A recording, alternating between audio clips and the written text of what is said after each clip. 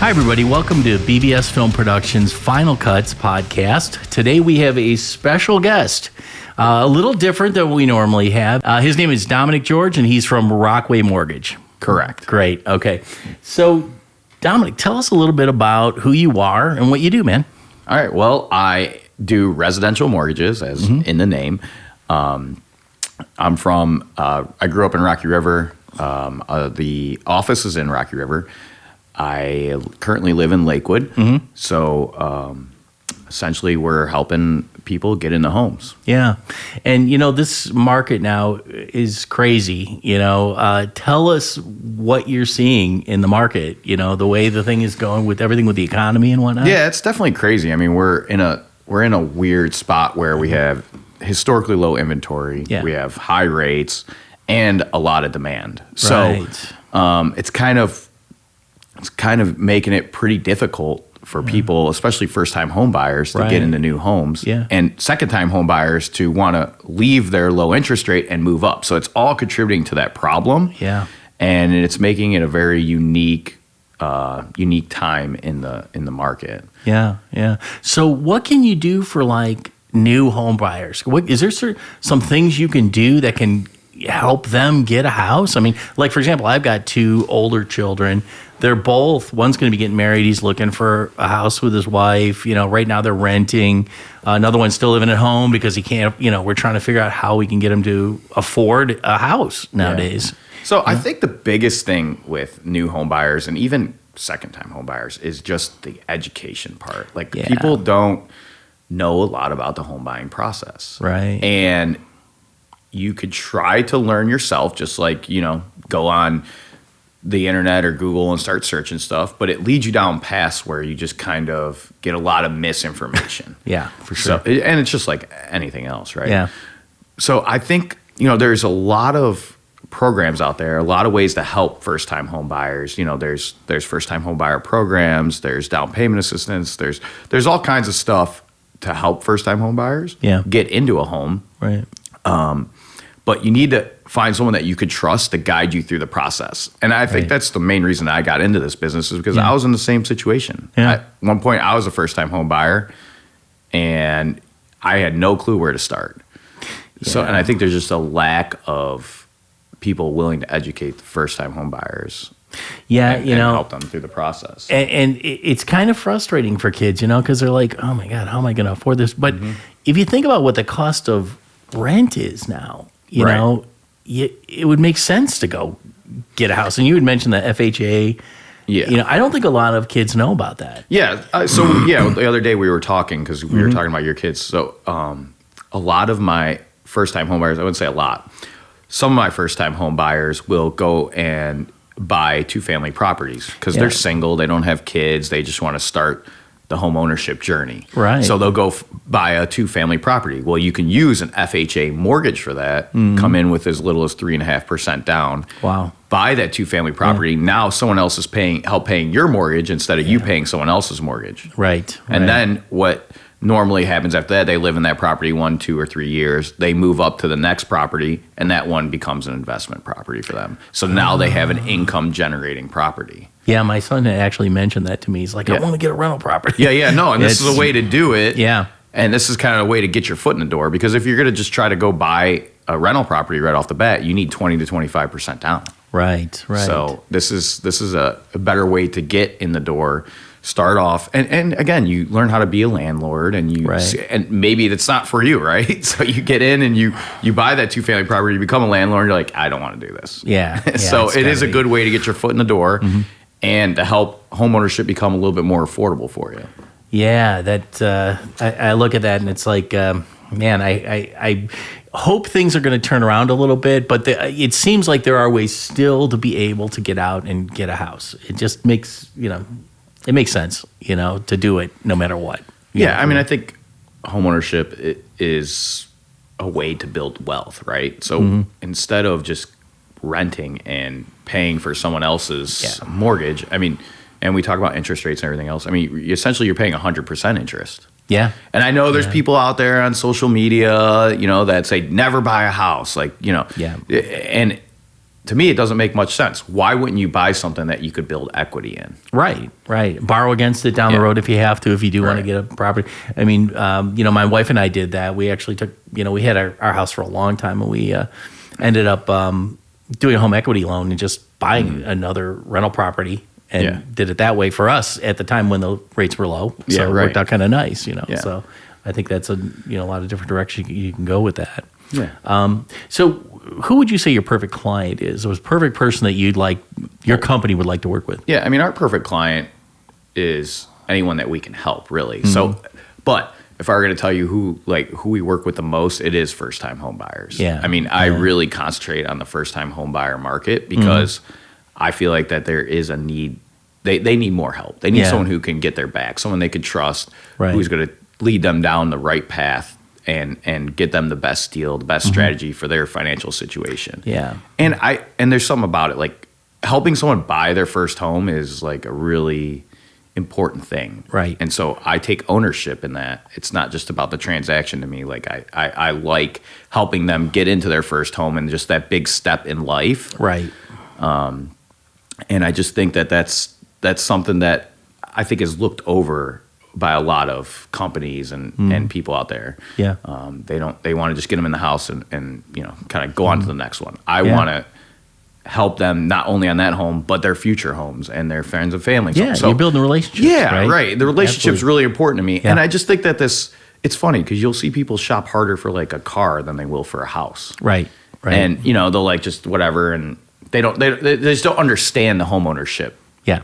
And I think it's important for someone to be out there to get their back. So yeah, I really like the first time home buyer market. It is a lot harder to do those loans because you have to do a lot of hand holding and walk people through stuff and educate them if you want to do it the right way. Right. But again, that's something I enjoy. So that's the main reason I got into this business. So do you find like banks being a little more difficult to work with, or is it just they just need more things to pre-qualify? Yeah, someone? I mean, look. We're a broker, so we have 100 different programs. The banks, they have the bank program. Like that's it. Like you either fit inside their box or you don't. So that's really your advantage. Yeah, you can go almost anywhere and find. Yeah, the right I mean, bank. we work with on our end, we work with like 12 investors. So we have wholesale investors that you can't get to as an individual unless you go through a broker. Oh, okay.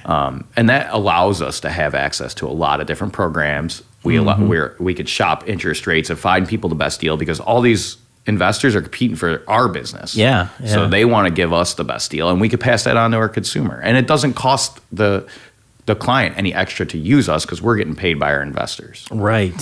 So is the bank? The bank's good for some people. Most of the time, though, like our clientele, they're not bank clientele. Like.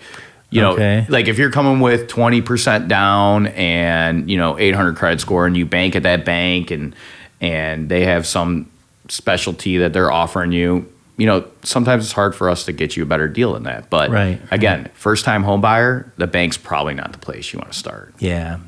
Well, that makes sense.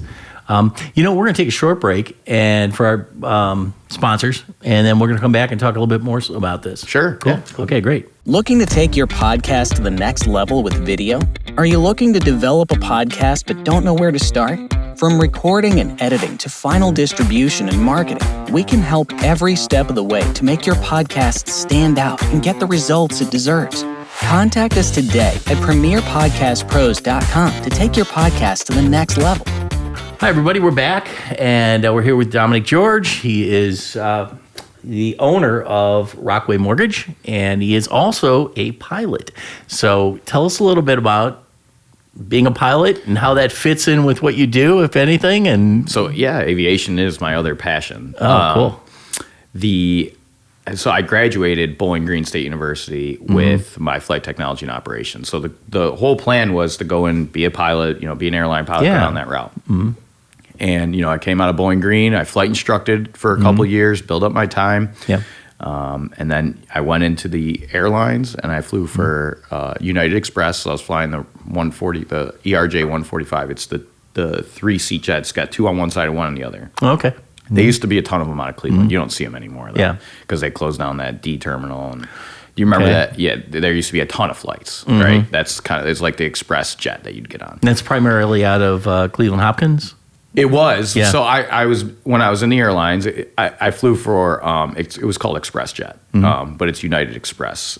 It was tagged. So, but yeah, I was based in Cleveland, I was based in Newark, and I was based in Chicago. So they kind of move you around when you're in the airline. Yeah, yeah. But, and then after that, I went to fly charter. I did that for 5 years, which is kind of like private jets, Yeah, flying charter.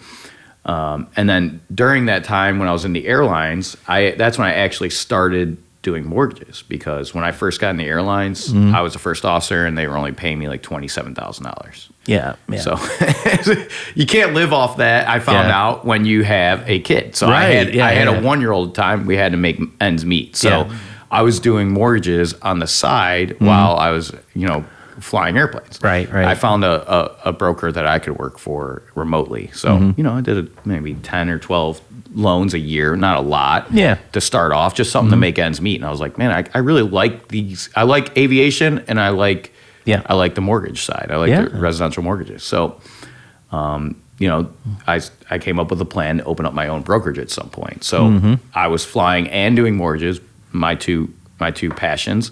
And now it's majority mortgage stuff, and I still get up in the air. Oh, do you? Okay. A good amount, like maybe a couple times a month. Oh, okay. And it's still with the company? No. Or just for personal? Yeah, just personal use. Did you fly to your vacation last week? That's what I No, I did didn't not. do it? No, I did not. No, I would love to have my own plane and fly, but no, I someday, don't. right? Yeah, someday maybe. Yeah, That's cool. but Very cool. no, and I think there's a lot that goes into like aviation. It's like you always want to complete the mission in aviation, right? And there's checklists and there's a way of doing things. And I think that you asked how it related to kind of mortgages. Yeah. I mean, if I was going to relate it, that's how I would relate it. Like just kind of completing the mission and always learning. Like aviation is constantly evolving. Like you're always learning something every time you get in the airplane. Right. Same thing with mortgages. Like you're always learning. Yeah. And in aviation, you always want to, make yourself a better pilot. Like, how do I become,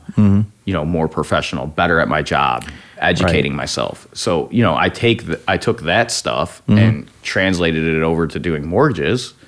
And again, even with the flight instructing, like teaching people. So I kind of, I learned how to teach people how to fly. And I was like, let me translate this over to mortgages. How do I teach people how to buy a home?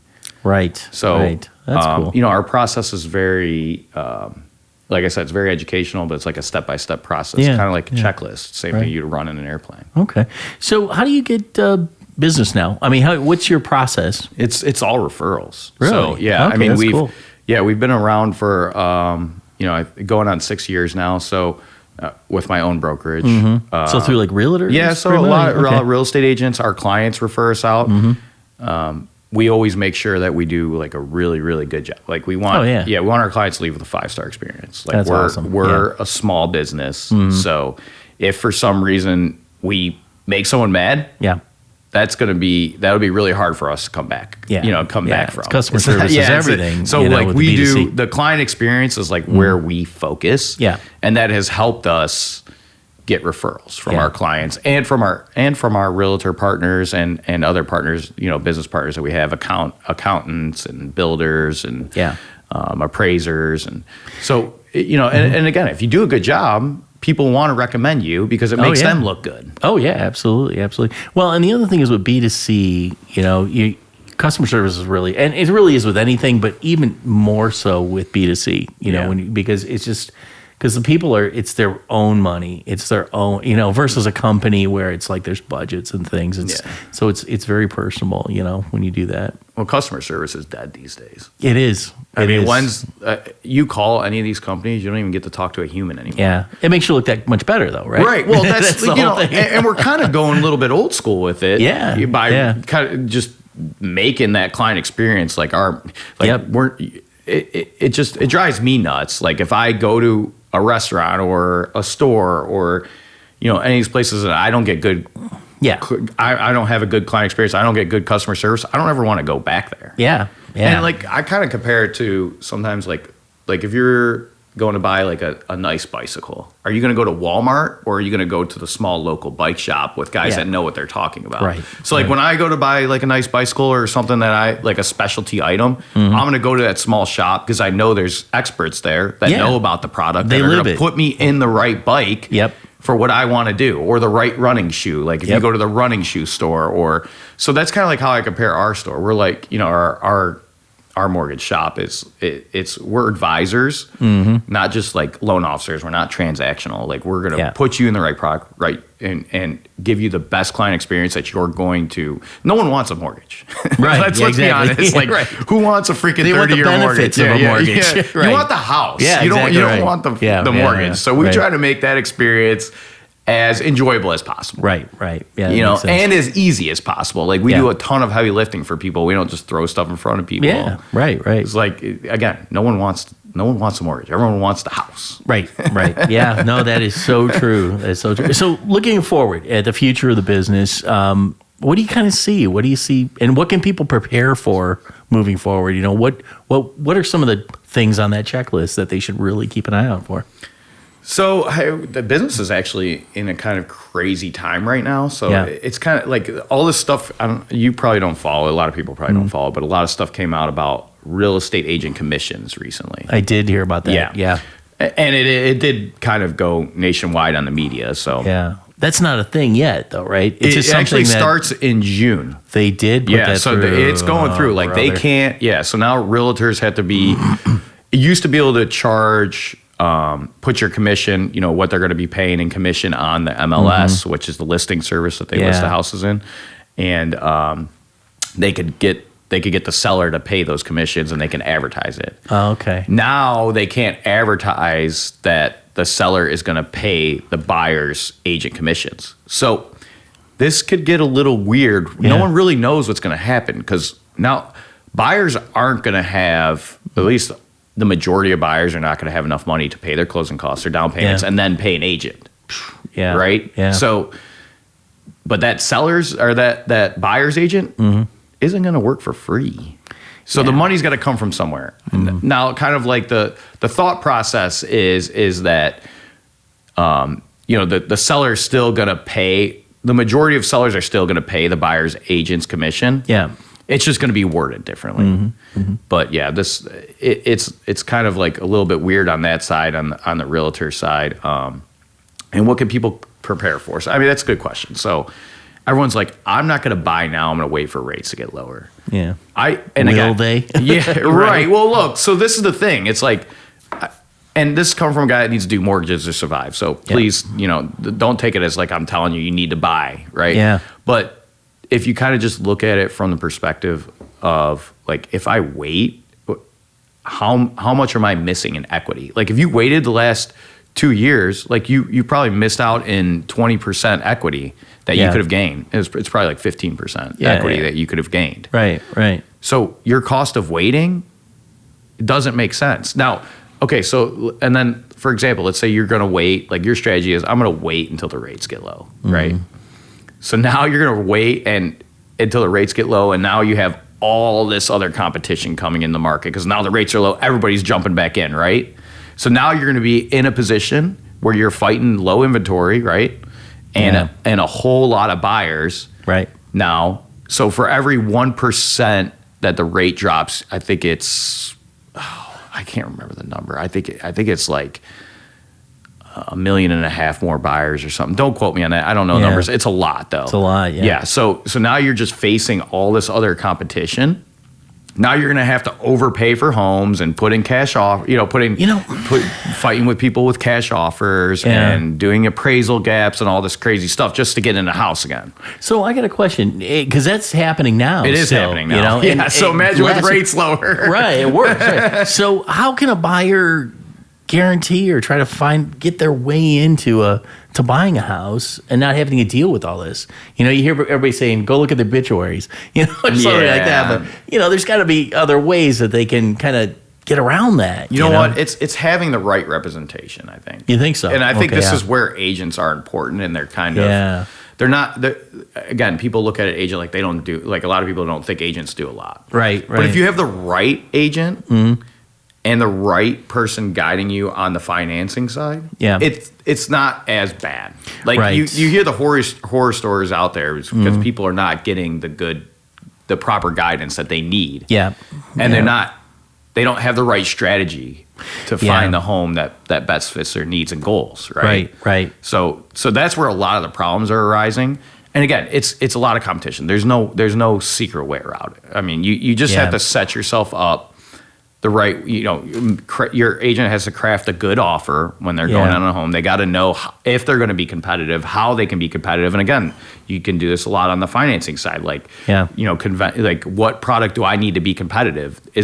And something that I do for my clients is I'll take the extra step and I'll call the listing agent when they put in an offer and I'll say, hey, and I run down the whole deal with them and I say, this client their credit is great. They have a good job. This deal is solid. We're going to close it fast. No issues. So stuff like that it'll give you the extra edge. Yeah, right. Over the competition. So there's no easy way, right? Yeah. Everyone's always like, what's the easy button? There's no easy way. No. I mean, it's just a shortage of inventory, a whole lot of buyers. And the other thing, what about building a house? Does it make any sense to do something like that at this point? I mean, buildings are pretty expensive right now. No matter what. I don't do a lot of new build stuff. Okay. So I can't speak, I'm not super knowledgeable on that side of it in terms of is it worth it or not. Yeah. I mean, I know it's probably around $250 a square foot right now to build versus when it was like $150 to $175. Yeah. So building for a first time home buyer, I mean, maybe if you're out in the kind of in the places that are maybe not as popular of an area to live in, you can probably get something in the 300s. Yeah. But most of these guys that are building right now, they're building $750,000 homes and up. Right. So these are the second time buyers that are like, hey, I want to move, so I'm going to go to this development over here. Got equity in my old house. Yeah. Got some cash. And the builders aren't really building a whole lot. Like this is part of the problem why we're in this low inventory, because they stopped building as much as they did back in 2008. Yeah. So this just kind of, the increase in household formations and the decrease in inventory from the builders, this added to all the issues that we're dealing with on the inventory side. But interesting. Yeah. No, interesting stuff. Yeah. So, I mean, look, everybody needs a house, right? So, so here's your options. If you don't want to buy, you don't think it's the right time to buy, you can either rent or live with your family, or you could be homeless. I guess that's not. That's three, right? Yeah, exactly right. Yes. But if you want to build wealth and you want to be a homeowner, which surprisingly, I mean, I deal with a lot. I mean, my clientele is 28 to 38, and that's a lot of younger people are buying right now. Yeah.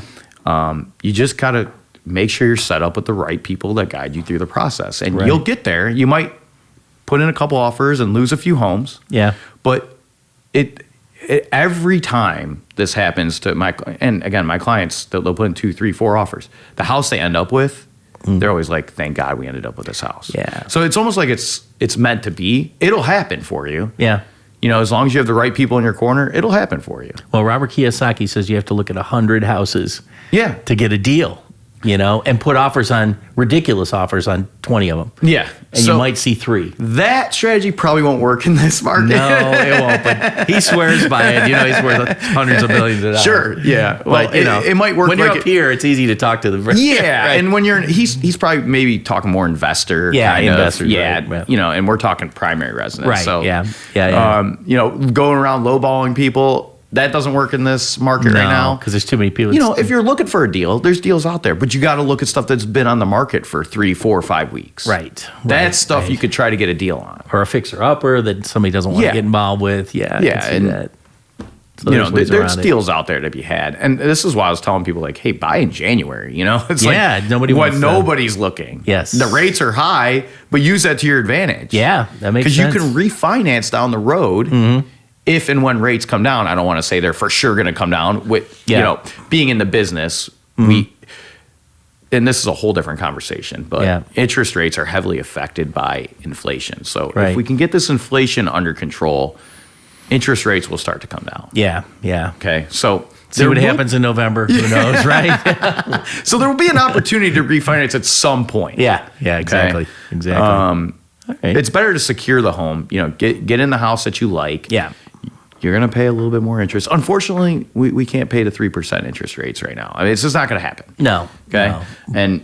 And that was artificial, really. Yeah. That 2 and 3% interest rates. Yeah, and the spike in housing value is just unbelievable. That's what happens. It's a supply and demand issue, right? Yeah, exactly. So right. when you have little supply and a lot of demand, values are going to go up. Yeah. And this is why, like, everyone thinks there's going to be a housing crash.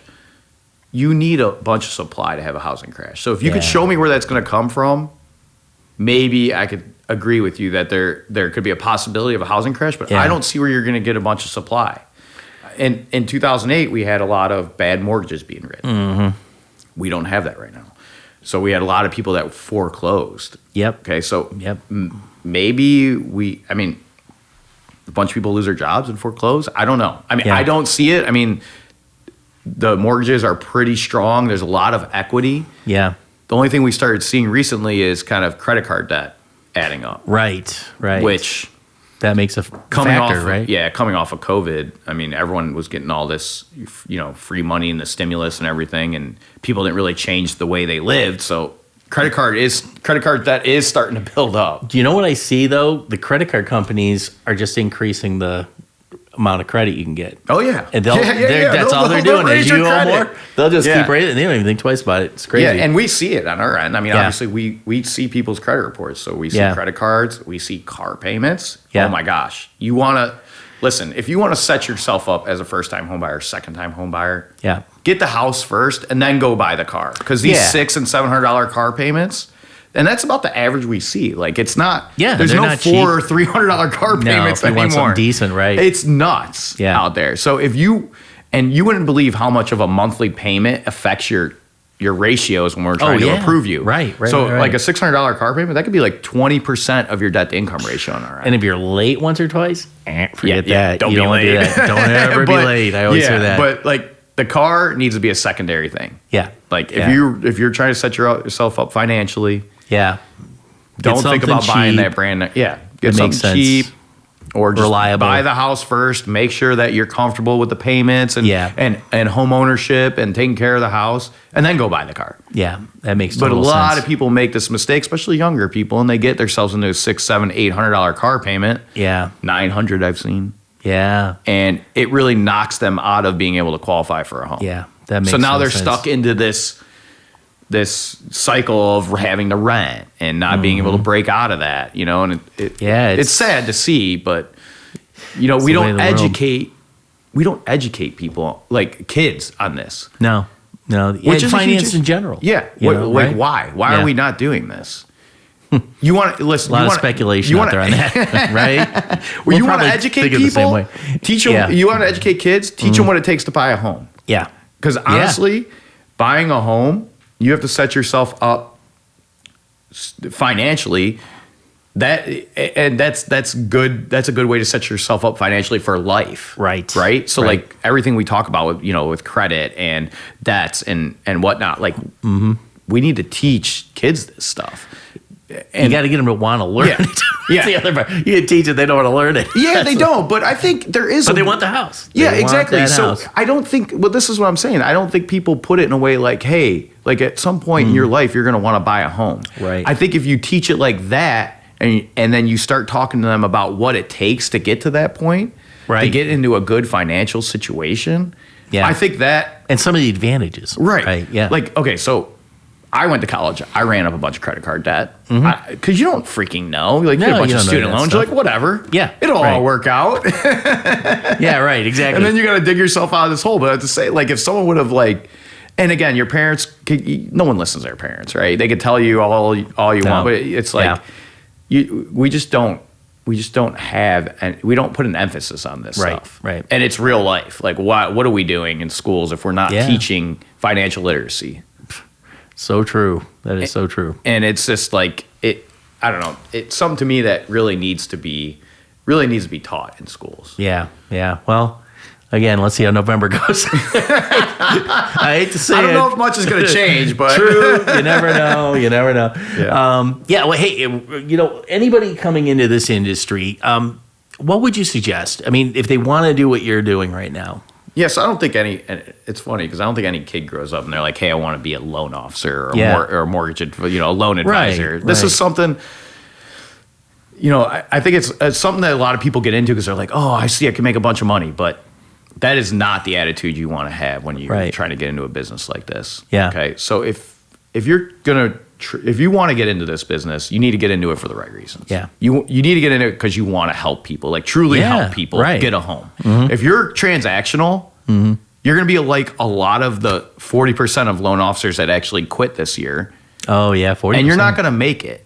Yeah, it's 40%. Wow. They quit. Okay, yeah. Because they were doing refinances, which are very transactional. Yeah. Now, when the rates get higher, refinances dry up, you have no business because you've never concentrated on purchase. Yeah. Yeah. Okay? Right. So if I was going to tell someone like, hey, you're going to be a loan officer and you want to get into doing loans. Yeah.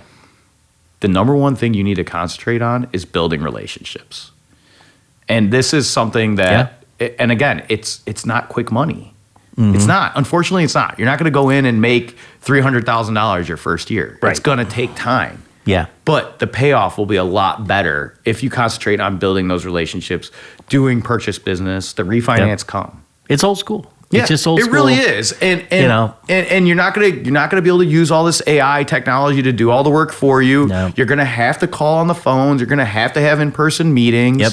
I mean, this is stuff that you have to do. Yeah. And get under somebody who's gonna guide you and teach you how to do this. Right. Right? It's a great, great, great business. A lot of flexibility in it.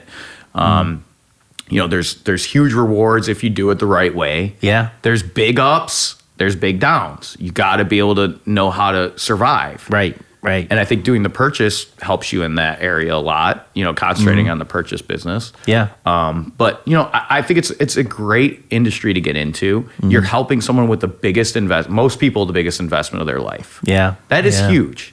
It is. Yeah. And if you really take that to heart and you provide a great client experience and you guide people and you become an advisor and you constantly educate yourself, so you can educate your clients and make sure they're getting the best deal, I think you're going to be successful. Yeah. And I think it's a great career. Yeah. Now, if you want to get in just to make money, just stay out because it's just not going to work. It's go not going to work cars. for you. Yeah, right. If you want to be a car salesman, go do that. But it's not going to. You're not going to have a good time. Yeah. Yeah. Like, and people see right through that stuff. Right. It's like when you, and this is probably going a little off topic, but when you go to buy a car, like no one wants to go buy a car. Like I mean, maybe some people like that, but it's a lot. It's anxiety driven. You think you're getting ripped off. You don't trust the guy across the table right away. Yeah. So, and people see through that stuff. Yep. So when you're coming into this industry, like, you want to be trustworthy. You don't. This is not. You're not selling. I mean, it's sales. Yeah. But you're helping. Right. That's how you're selling. Yeah. And that's how I look at everything. And that's how I look at life. I mean, you live by those values. You're trustworthy, and you want to help people. Truly, you're going to do good in this industry. Yeah. Yeah. Wow. That's really cool. That reminds me of a guy I worked with, Tom Hopkins. I don't know if you know who he is, but back in the day, he was like same values, same moral. It's really, and he did extremely well in his career. Well, I think it's with any career, really, and I think people get away from that because they're like, I just want to make the money. Yeah. Yeah. But the money, I mean, you can make quick money. Yeah. But eventually that dries up. Well, it's a tool. Money is, if they look at it in the right context, it creates choices and it's a tool that you use. 100%. That's 100%. The difference, really. And I just, in this industry, like I said, it can be very rewarding. You just have to do it the right way. Yeah, exactly. Well, wow, I got a great education. I think our audience is going to as well. So, Dominic, how can people find you? Oh, well, so again, we're located in Rock River. You could go to our website, rockway.mortgage.com. It'll be right down here. Yeah. Okay. I don't have to spell it out for you. Mortgage is a weird word to spell. It is. It took me MORTGAGE. I don't know. It is a weird word. Up until about 2 years ago, I couldn't figure it out. So, you can find us there, or, we're on social media. So, Facebook, Instagram. We're always trying to educate people on that. But awesome. So, I look forward to it. And again, I'll help anybody, even if they have a question. Sure. This is not something where I like to hard sell people or whatnot. Right. You have a question about homeownership, maybe, even if you're not ready to buy. Yeah. Bring the questions. And it's That's a topic, how a conversation starts. Right? That's how you help people. Yeah. Start with And if I questions. could educate you on something, great. If I could take your question and educate everyone else, great. Perfect. So. Well, that's great. I really appreciate you being on the show today. Thanks, Dan. Appreciate Well, it. that's it today, guys. We'll look forward to seeing you in our next episode. Thanks.